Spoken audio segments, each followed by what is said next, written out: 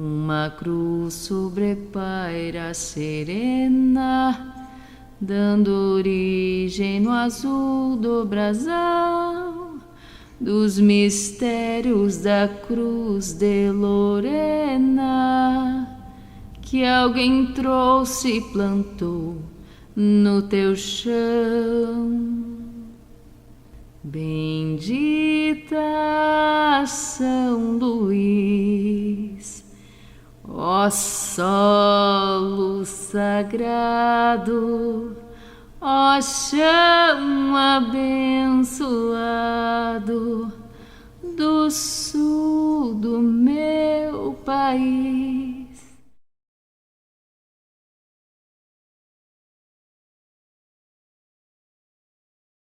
Vamos falar hoje sobre a ditadura militar brasileira. Talvez vocês já tenham algumas informações e leituras de livros, de alguns programas de televisão, mas na sala de aula nós vamos utilizar várias leituras para que nós possamos compreender o que foi o processo que levou o Brasil durante mais de 2 décadas a viver sob um regime de exceção. Os militares, com apoio de civis, governaram o Brasil. Nós tivemos alguns anos em que a repressão foi muito grande e que muitos brasileiros acabaram perdendo a vida em nome da democracia. Pois não? E como foi a ditadura militar aqui em São Luís Gonzaga? A história da ditadura militar em São Luís Gonzaga nós não vamos encontrar em livros. Nós vamos encontrar na memória das pessoas, daqueles que vivem e que estão conosco ainda.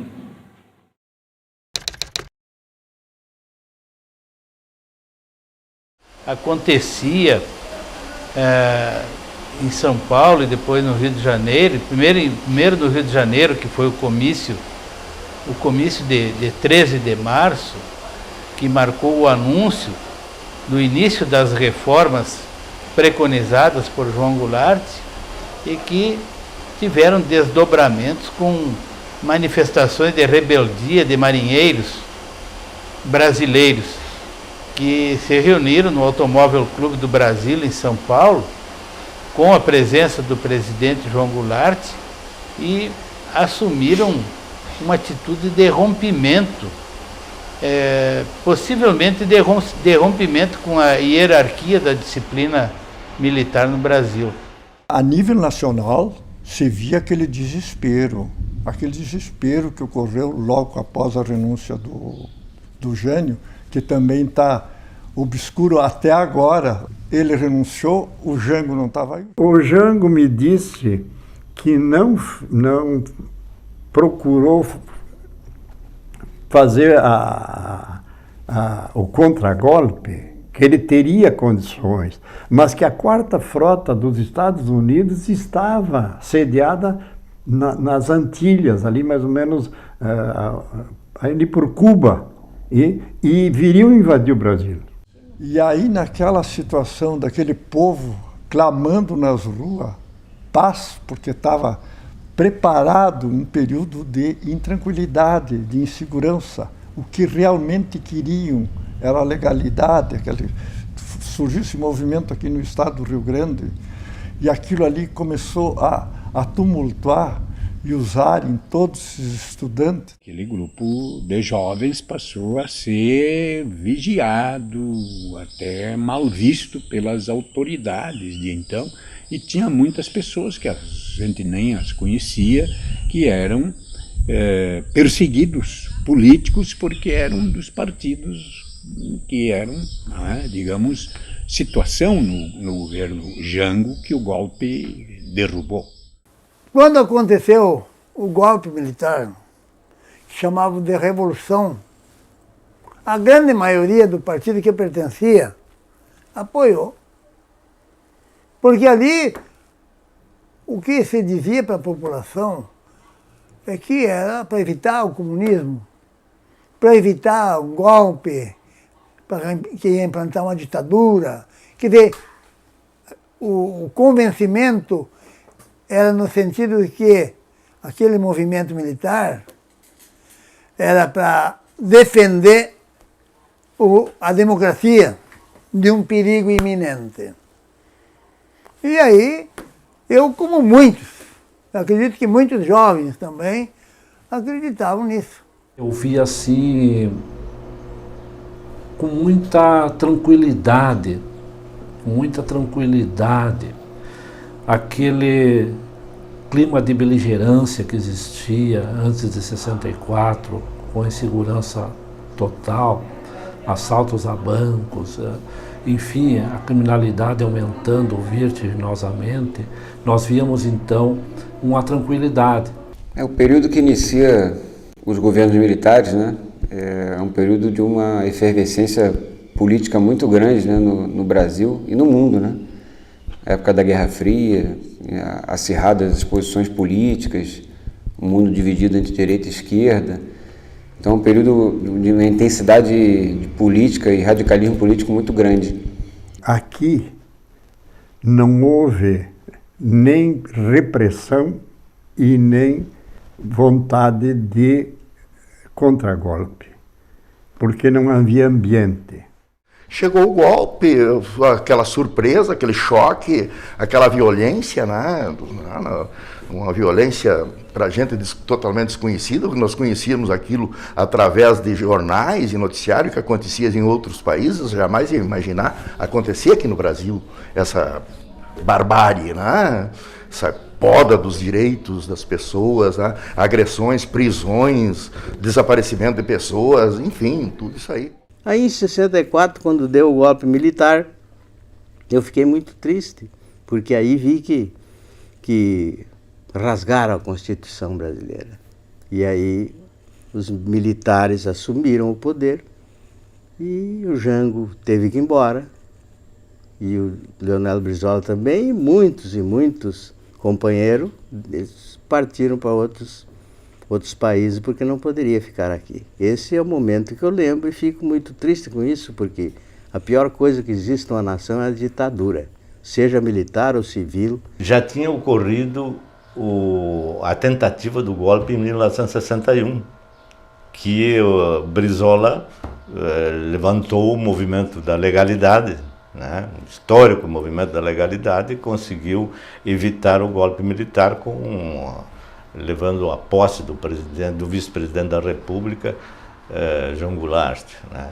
Então, a primeira tentativa de golpe foi em 1961, mas aí a gente sentia no ar, a todo momento, pelos acontecimentos que vinham se sucedendo, de que chegaria um momento de que os militares que foram derrotados em 61 haveriam de golpear a organização, a democracia no Brasil, instituindo uma ditadura.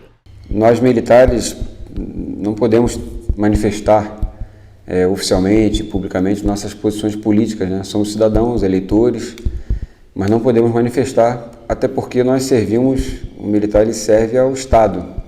Aqui a gente sentia a vontade de aproveitar o momento, porque o momento o Brasil estava explodindo naquela época, né, tia? Porque o Brasil até 73, ele teve um avanço. Essa parte do petróleo, essa parte da parte de agricultura, isto aqui foi um despertar. E com esse despertar, quem estava assumindo ligou as antenas para buscar as coisas para São Luís, que não existia praticamente, existia muito pouca coisa, né, tia? Nós tínhamos, na realidade, uma revolução, né? E numa revolução você sabe que existe perda dos dois lados. Não sei se essa medida que foi tomada não foi, no momento, a melhor solução, porque tranquilizou o povo. A revolução sairia.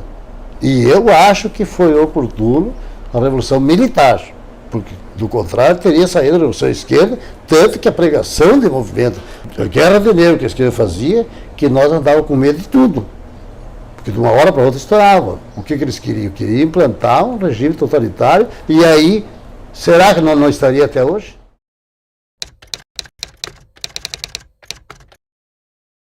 O jornal A Notícia tinha uma posição francamente favorável ao governo João Goulart. E nós assumimos essa posição até o fim. E, inclusive, quando o governo já tinha caído, nós mantivemos essa posição através de artigos assinados, e isso fez com que fôssemos alvo de um processo que inicialmente iniciou na Justiça Civil e se transferiu para a Justiça Militar.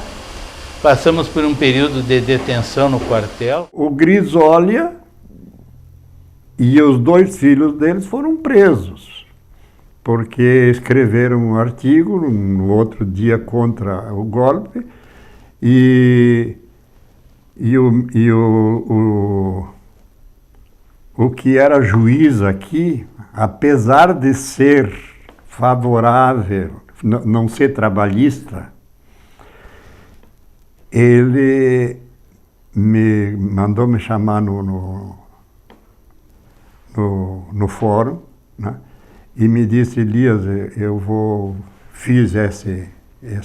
fez um pedido lá, não sei como é que denominar, contra a prisão do Grisolha.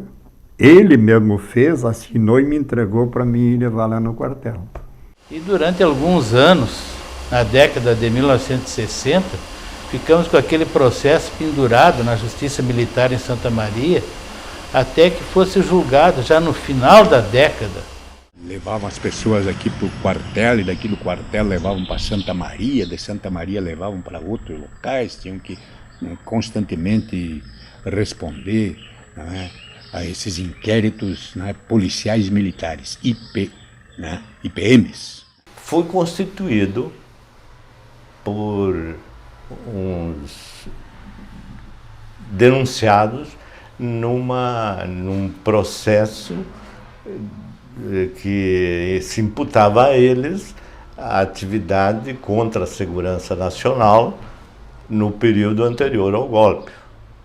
Eram 21 denunciados, eu fui, me recordo, defensor de uns 13. Né? O inquérito policial militar e a denúncia, antes do ato institucional número 2, ele foi instaurado ainda na Justiça Comum. Durante o processo, pelo ato institucional número 2, foi remetido para Santa Maria, para a Auditoria Militar de Santa Maria, onde foi prolatada a decisão, a sentença decisória. Um apenas foi condenado.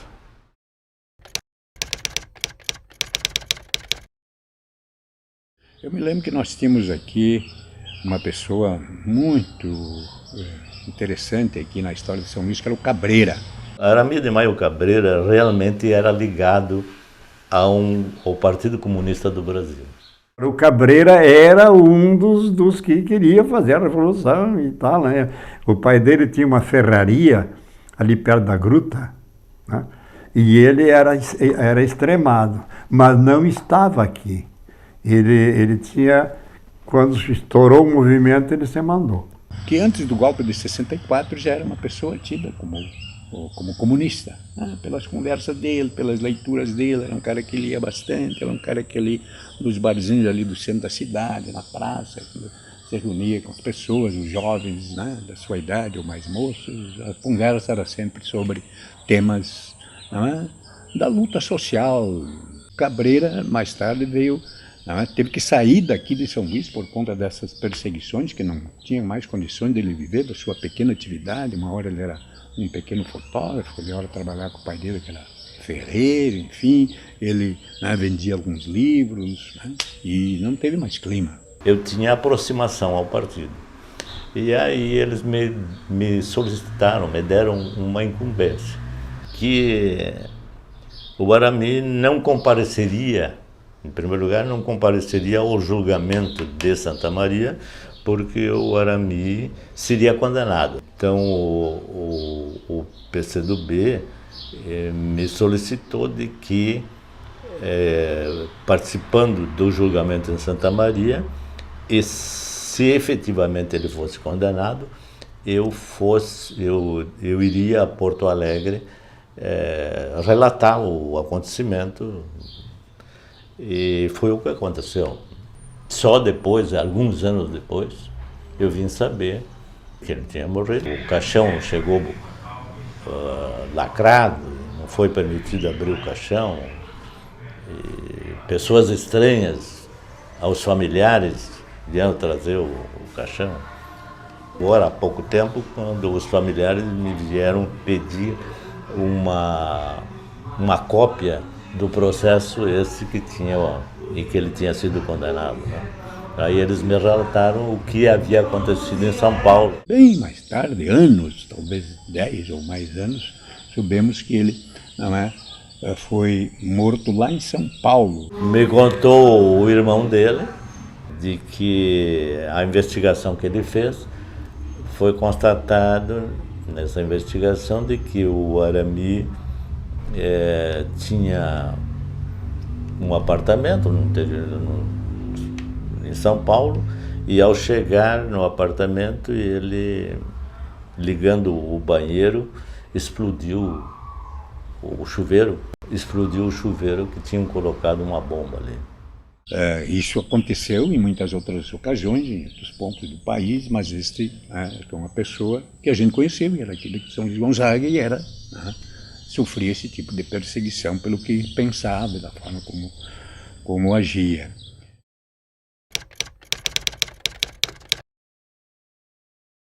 Foi impressa aqui no Jornal A Notícia as atas. O PTB, que era o partido do Brizola, mandou imprimir essas atas. Eram as atas pré-elaboradas, que só faltava incluir os 11 nomes, e ali estava formado um comitê. E essas atas de formação de comitês foram feitas a centenas em toda parte e enviada a matriz, parece-me que para a Rádio Marinque Veiga, no Rio de Janeiro. Qual seria o passo seguinte, qual o papel que deveria ser cumprido pelo grupo dos 11? Sinceramente, eu não sei se alguém ficou sabendo. Mais de uma vez quiseram formar, vinham me perguntar, como eu era presidente do partido e tinha assim uma certa ascendência sobre o pessoal, eu aconselhava a não fazer, porque achava que não tinha... era inviável. Tinha pessoas que tinham relações com as pessoas que faziam parte das relações estabelecidas, principalmente com o Brizola, né? Porque o grupo dos 11 não era da cabeça do Jango. Mas aquilo me parece que foi um equívoco do Brizola, que comandou aquele negócio, do grupo de 11. Ele não mediu a força que dispunha, né? Me parece isso. Talvez a intenção fosse de derrubar a ditadura, mas era muito pouco o poder de reação. Mas eu não tenho, não ouso aqui dizer, fulano era do grupo do Dando Ciclano, porque isso não. Mas eram principalmente pessoas do antigo PTB, do antigo Partido Trabalhista Brasileiro, mais chegado às relações com o Brizola do que com o Jango. Ficou uma grande interrogação até hoje, né? Poucos sabem, se sabem, não disseram que papel estava reservado aos grupos de 11 no tipo de Brasil que era preconizado na época.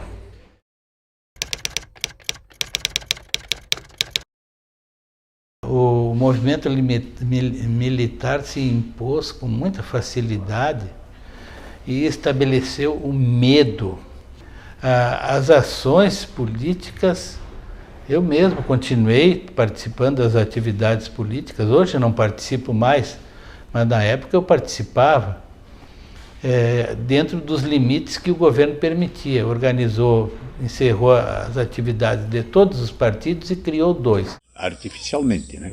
O Arena, Aliança Renovadora Nacional, que apoiava o governo, como se dizia, o partido do Sim, né? E o MDB, o Movimento Democrático Brasileiro, que era a oposição ao governo. Que era o partido do Sim Senhor. Essa era a brincadeira, porque eram criados artificialmente, um para ser situação e outro para ser a oposição. Na década de 70, nós participávamos do MDB, mas não concordávamos em em ter, em participar nas eleições, porque as eleições, para nós, esse grupo, né, evidentemente, participava do MDB, mas não nos negávamos de participar nas eleições, porque entendíamos que era uma farsa. E trabalharam para ver se eu não me elegia. Mas não, porque no início tinha candidato, estava naquele jogo. Quando me decidi mesmo, eu vou, aí retiraram. E nós não apresentamos candidatos e fizemos uma campanha pelo voto em branco. E aí então ficou sem candidato, mas ficou o voto branco. Aí trabalharam com o voto branco. Mas deu azar de eu cair, né? Veja a tomada de consciência da população de São Luís naquela época, que o voto em branco ganhou na cidade de São Luís. Aí em 74, a esquerda, de modo geral, resolve vir para a legalidade, aderir ao MDB. Aderir ao MDB. E aí nós passamos, esse grupo daqui de São Luís, passou a atuar no MDB. Se fosse um regime ditatorial, nós não teríamos dois partidos políticos, né? E nós tínhamos dois partidos políticos. O MDB, né, que vinha mais da esquerda, né, e a Arena, que vinha da direita. Mas vimos assim um respeito, principalmente aqui em São Luís Gonzaga, entre os partidos antagonistas. Nós vimos um respeito como vemos até hoje. Se eu for sincero, mas sincero, nunca tive problema absolutamente nenhum. Havia uma integração, havia muita união em tudo aquilo que se buscava. Se eu disser que algum militar, em determinado momento, me fizesse qualquer investida fora da minha linha, como eu também nunca fiz, respeito total. Mas olha, respeito, sinceramente. Aquele grupo assim que agia clandestinamente, né, naquela época, e que dirigia o MDB, depois a gente voltou, a ditadura estava o barco da ditadura estava fazendo água, e resolvemos então intervir eleitoralmente.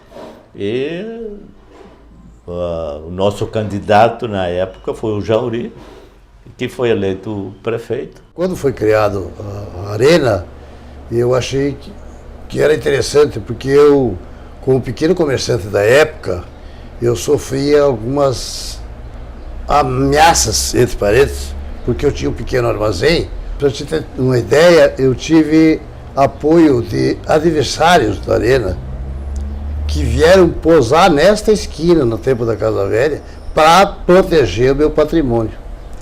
Porque sabiam que eu estava, ou seja, o meu estabelecimento estava marcado para ser invadido, vamos dizer, saqueado. E eu, como era simpatizante da Arena, talvez por isso, ou por a necessidade de alimentação, porque a época era um pouco conturbada, e eu acho que até esse movimento não era chefiado pela oposição, era oportunistas que queriam fazer aquilo se aproveitando de uma situação política. São Luís não tinha ambiente para isso aí, para ser comandada, essa invasão, tantas outras coisas que dizem que aconteceu. A Arena era enorme, o MDB era pequenininho. E aqui em São Luís Gonzaga, o primeiro presidente do MDB fui eu. E eu, presidente da Arena. E nós, na nossa família, nunca misturamos política e religião. Cada um tem a sua. Só que na hora da necessidade, a união sempre foi, como o Jauri até hoje, sempre cedemos muito bem. Mesmo na campanha política, eu era coordenador, como presidente do partido, da Arena, da campanha do senhor Paulo Reginato, candidato a prefeito. E nunca houve problema, não houve nem perseguição, nada. Depois o Jauri ganhou a eleição. Fui o primeiro prefeito, o único prefeito do MDB, do partido de oposição, nos 13 municípios da MM. Associação dos Municípios das Missões. E aí, claro que tive dificuldades, havia discriminação, e que, diga de passagem, existe hoje, para vergonha e revolta de qualquer cidadão democrático. E eu fiquei até fim de 78, não lembro agora, como presidente da Arena. Participava normal, respeitando ele como prefeito, que era normal. E parece que aí começou no âmbito federal já vinha mais aguçado a repressão e coisa. E outras passagens assim que nem vale a pena. Era um ambiente assim constrangedor. Nas reuniões lá, no quartel, no Clube Mila ali, aquelas festas com os soldados trabalhando ali e tal. O prefeito tem que estar lá. Bem, questão de educação, prefeito, o juiz, todos vão lá. Né? Mas na mesa das autoridades chamava o presidente da Arena. A Arena era um partido e o MDB era outro, eram 2 partidos. Mas só chamavam um partido para participar da mesa. E como se fosse uma autoridade, o partido da Arena. Né? Então isso aí era uma agressão, né? Existia e a gente, como era meio descarado, tanto é que eu depois saí e abandonei, quer dizer, saí da presidência e abandonei o partido por ver essas barbaridades que aconteciam. E que realmente dá um prestígio mais. E o presidente da Arena tinha tanta autoridade como o prefeito, entendeu? Eu também participei da administração do Alceu Braga, mas as reivindicações da prefeitura eram de acordo com o presidente da Arena. E eles procuravam humilhar. O prefeito do MDB era convidado para os atos lá no quartel. Vinha uma autoridade e tal, a gente devia ir lá para uma questão de educação. Queriam fazer de uma maneira que aquela pessoa não tivesse importância, a não ser que era prefeito.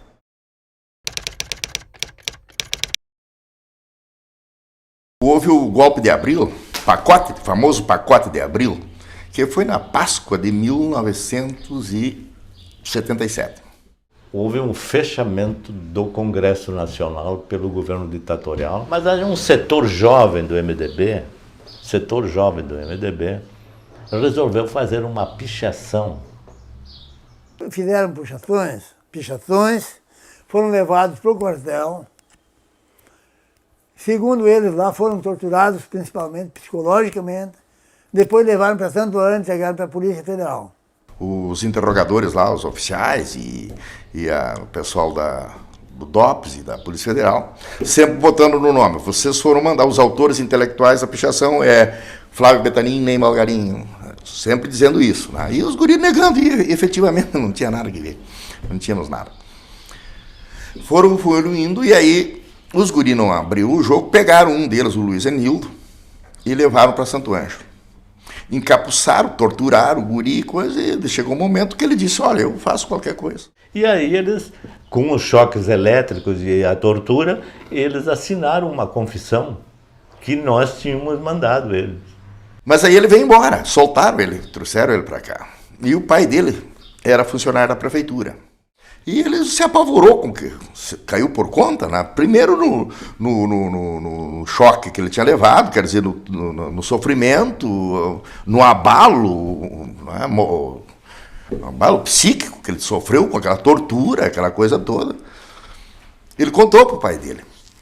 Aí o pai dele leva ele lá para o Jauri, que era prefeito. Eu, como juiz da época, me parece que Pila, fomos na casa do comandante à noite, comandante do regimento, aí fomos lá à noite, e pedi, porque eles levaram lá, os guris foram depor lá no fórum à noite, mas depois ficaram presos. Aí o comandante nos disse que não estava mais sob a responsabilidade deles, que o Exército tinha entregue para a Polícia Federal e tinha levado para Santo Antônio. E aí, o doutor juiz daqui, que era o doutor Luiz Gonzaga Pilofmeister, às 11h30, por aí, meia-noite, eu conheci, 11h30, acho que foi, abriu o fórum. Acender todas as luzes do fórum e convocou os meninos que tinham sido torturados para um depoimento perante o juiz, promotor e mais o advogado de então, Dr. Plínio Moreira, que era uma figura assim respeitável do âmbito jurídico. Isso aí inibiu o comando militar de prosseguir numa ação contra nós. Na realidade, o objetivo era nos pegar, mas aquilo inibiu. Não assim a ponto de cessarem os atos contra nós. Aí a violência chegou perto de nós, que até aquele momento ela não tinha chegado. Aqui nós tínhamos as nossas atividades, tinha essas coisas, mas nós não tínhamos ainda um contato com a violência. Aí tivemos local aqui, né, com esses jovens que sofreram torturas, tanto física como psicológica. Né.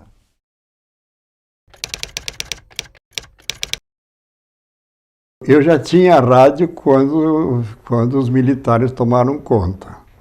No começo, vinha um militar, ficava algum tempo dentro da rádio, ouvindo e tal. Mas eu tinha bom relacionamento com os militares, sempre tive, porque eles precisavam da rádio, uma comunicação, uma coisa ou outra. Era só telefonar, eu os atendia, de maneira que não tive muita dificuldade. O prefeito, de então, com seu grupo, arrumaram uma transferência minha, que era funcionário do Banco do Estado. O Banco do Estado, o governo do Estado era o governo da ditadura, né? De apoio ao regime. O governo do município era o governo do partido, do regime, da Arena. A direção do banco, portanto, era a direção do regime. Então, tudo isso, a corda arrebenta no lado mais fraco, né? Que era eu que fui transferido de um sábado para segunda de São Luís para Porto Alegre. Foi em 1968, o AI-5, que foi talvez o documento mais severo da Revolução. Já foi em 1968, nós já estávamos vacinados e simplesmente não tivemos nenhuma reação. Então não nos aconteceu nada. Eles conseguiram o seu objetivo de nós. Eles foram tão corruptos, muito mais corruptos do que agora. A gente sabia horrores. A ponte Rio-Niterói, isso é famosa, corrupção. Isso tem relatos. Só que a imprensa não podia exercer o seu fundamental papel, que é denunciar. Era uma forma de controle que agia na nossa mente, ou seja, nós mesmos éramos os juízes do que deveríamos fazer. E isso fazia com que muitas vezes nós deixássemos de publicar matérias que não teria problema nenhum publicar, simplesmente porque achávamos que aquilo iria provocar outra rodada de problemas com a justiça militar.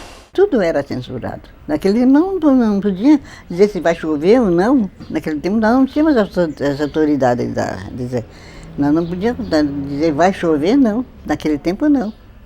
Depois que veio o que foi transformando, aí que saía a previsão do tempo. Mas nós não podíamos dizer vai chover, não. Aconteceu já, sem ter motivo assim, de levar e tomar meu violão e depois, mas como é que eu vou viver sem a minha guitarra?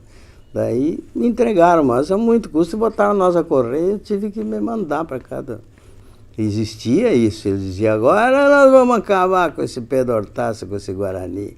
Nós fazíamos observação às 3 da madrugada, eu tinha meu sobrinho pequeno e saía com o jibo cheio de soldados. Ia entrar na casa e levava, aí já estava a estação inteira em 3 lugares. A climatologia, agora o sinótica trabalhou aqui e depois foi lá para casa. Quer dizer que eu ia lá em casa,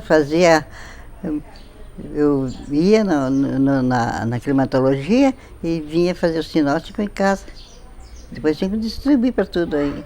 Eu diria que, na minha concepção e respeito ao pensamento dos demais, né, o país, na época, viveu um momento áureo com o regime militar. E eu até diria, sem medo, que existe uma indústria de indenizações. Agora, não me consta que algum familiar integrante das Forças Armadas tivesse sido indenizado. Isso aí não me consta. Me consta só de um lado, né? Porque hoje está vivendo sob essa égide de que a coisa mais importante é currículo, alguém dizer que foi preso na época do regime militar. Um fato pitoresco que acontecido com o Noel Guarani, saudosa memória, né? Saudosa memória. Houve um show no AMB com artistas, Chico Buarque, Milton Nascimento, o que tinha, esse pessoal todo contestador aí, né? E aí, filho do Jauri, o Zezinho, como nós chamávamos, José Carlos Oliveira, falecido, filho do seu Jauri, conseguimos lá levar o Noel Guarani para se apresentar.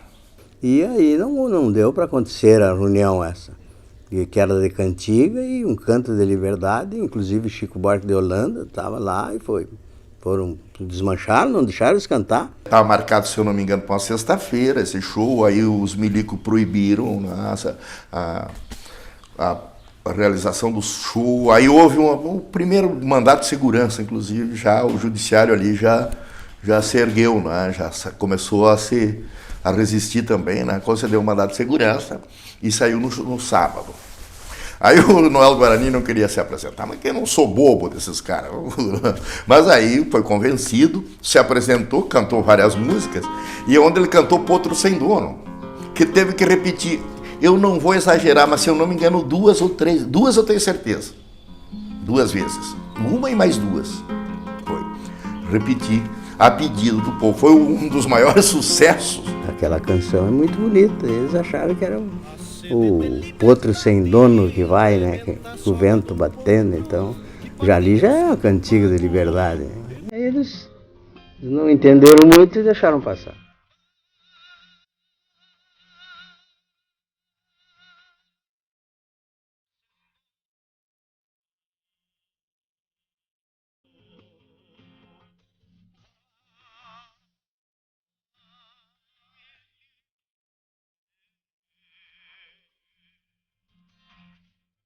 Continuamos a luta, e é aí que vale essa luta maravilhosa que nós empreendemos e que, graças a Deus, estamos aqui prosseando nesse momento.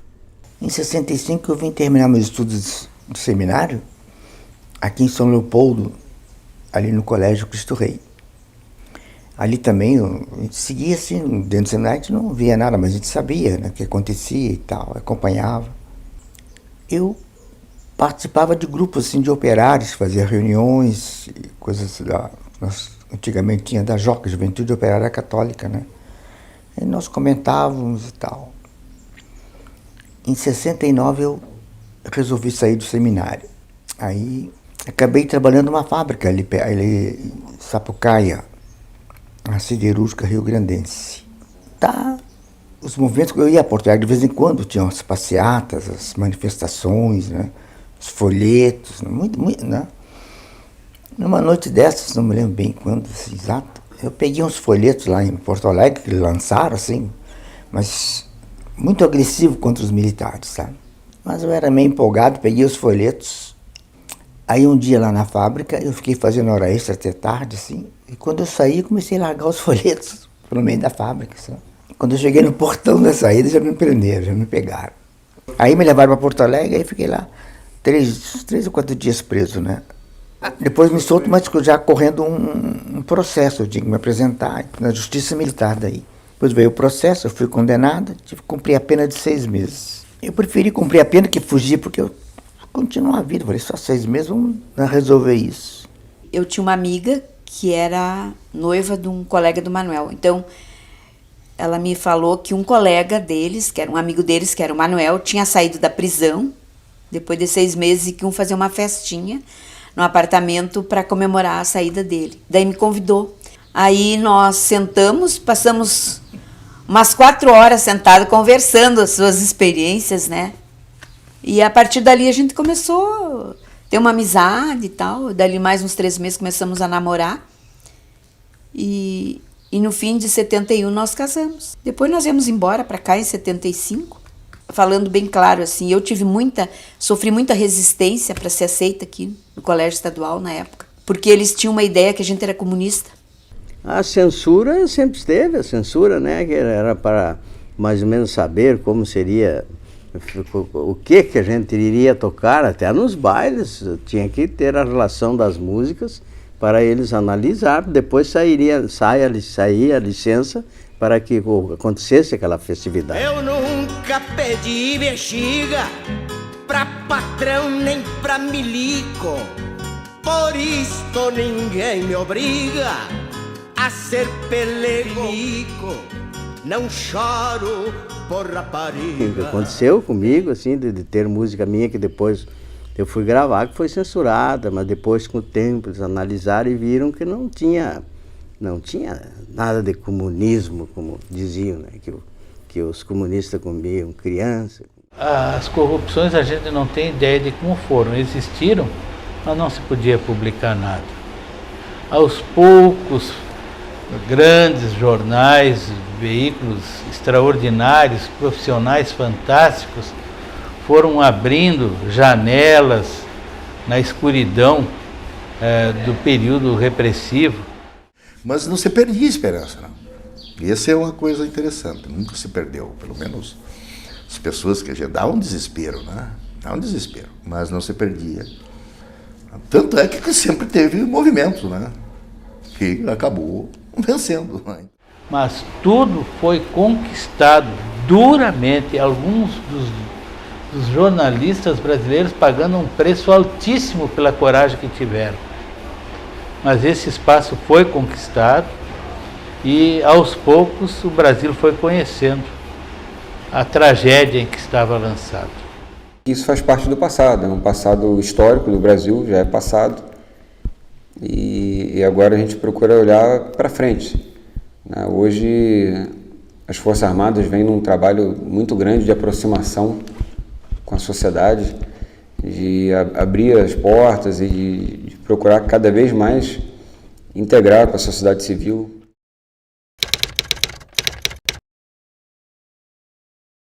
Com a globalização, não existe mais espaço para um regime militar. Depois do que a gente viveu, e da reação da sociedade, que foi extraordinária, a gente tem até o direito de pensar que isso não vai acontecer mais. Eu também penso que no ambiente que nós vivemos hoje, até na conjuntura internacional aí, não há ambiente para esse tipo de golpe militar. Né? Mas nós também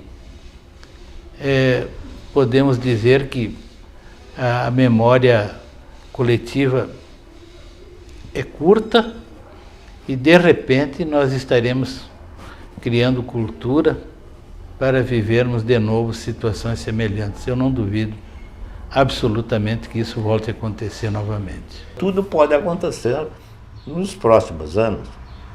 Agora, algo semelhante, como é com o golpe de 64, me parece que não é mais possível, né? Não se faz mais possível. Agora, o que virá a acontecer para frente, eu penso que nós temos que considerar que nós estamos vivendo a crise geral do capitalismo, a crise final do capitalismo. Então, tudo pode acontecer por aí, né? O que eu digo é o seguinte, que a pior democracia é muito melhor do que uma ditadura. Ou será que é uma pseudo-democracia? Na minha opinião, nós ainda não estamos preparados para exercer uma democracia na expressão da palavra. Que às vezes a liberdade demais, isso se nós não compararmos, se nós dermos muita liberdade para um dos nossos filhos, né? Se nós tivermos 2 filhos e um dá liberdade e o outro trazer meio sob a égide do pai, né? Nós soubemos o resultado.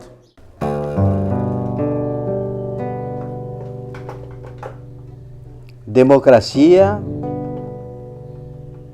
é o sistema melhor que existe no mundo. Nós ainda estamos gatinhando na democracia, mas nós vamos chegar lá. Quando, desde a classe mais humilde deste país, os índios prejudicados sem suas terras, os negros sem os seus lugares de direito, desde que Brasil é Brasil, tenham esse direito, daí sim, aí será a pura democracia que eu tanto espero e que creio que todos os brasileiros também.